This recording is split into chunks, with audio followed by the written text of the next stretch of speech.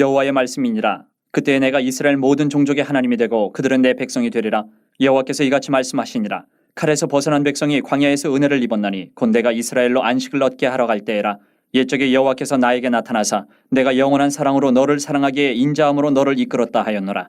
처녀 이스라엘아, 내가 다시 너를 세우리니 내가 세움을 입을 것이요 내가 다시 소고를 들고 즐거워하는 자들과 함께 춤추며 나오리라. 내가 다시 사마리아 산들의 포도나무들을 심되 심는 자가 그 열매를 따기 시작하리라. 에브라임 산 위에서 파수꾼이 외치는 날이 있을 것이라.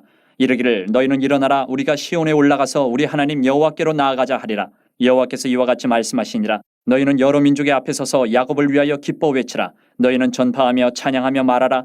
여호와여, 주의 백성 이스라엘의 남은 자를 구원하소서 하라. 보라, 나는 그들을 북쪽 땅에서 인도하며 땅 끝에서부터 모으리라. 그들 중에는 맹인과 다리 저는 사람과 잉태한 여인과 해산하는 여인이 함께 있으며 큰 무리를 이루어 이곳으로 돌아오리라. 그들이 울며 돌아오리니 나의 인도함을 받고 간구할 때에 내가 그들을 넘어지지 아니하고 물 있는 계곡에 곧은 길로 가게 하리라.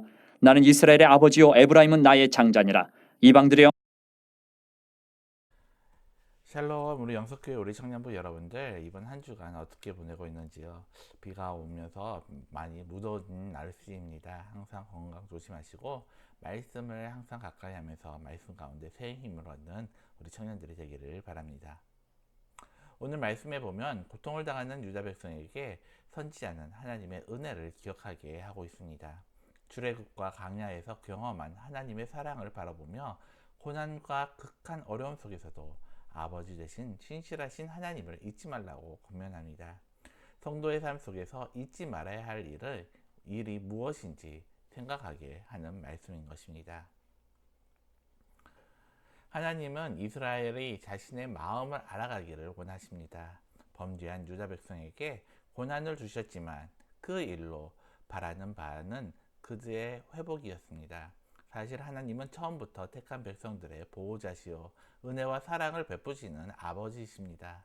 그런 하나님을 이스라엘이 잊고 살았을 뿐입니다.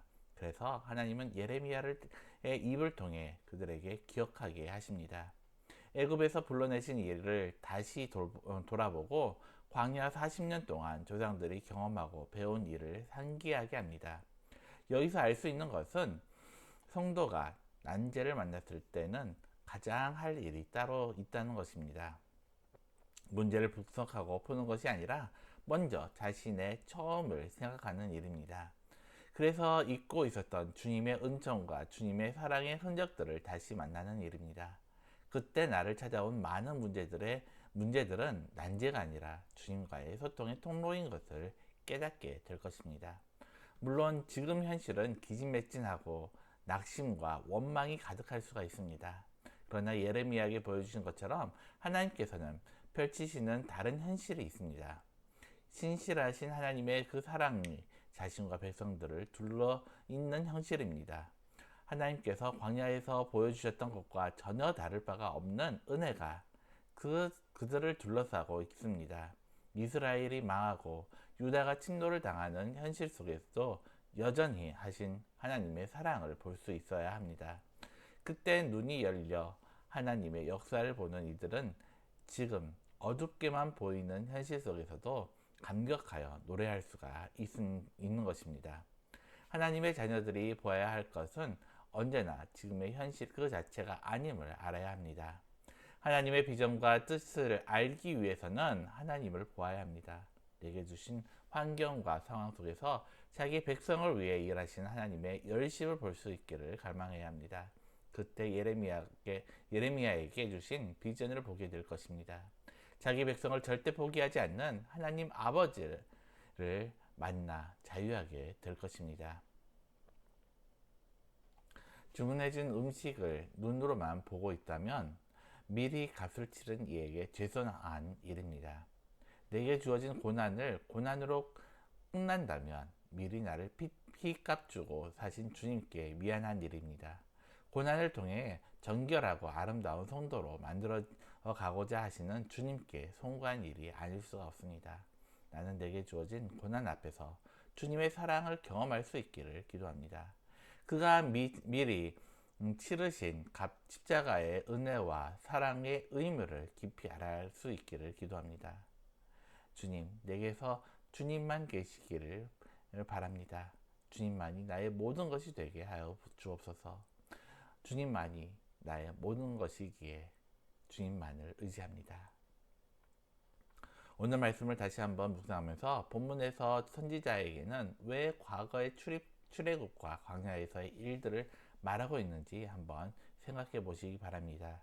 그리고 예레미야 선지자에게 보여주신 유다 백성을 향한 하나님의 마음을 묵상해 보시면서 나에게 어떤 하나님의 마음이 함께하고 있는지 한번 스스로를 돌아보는 그런 하루가 되기를 바랍니다.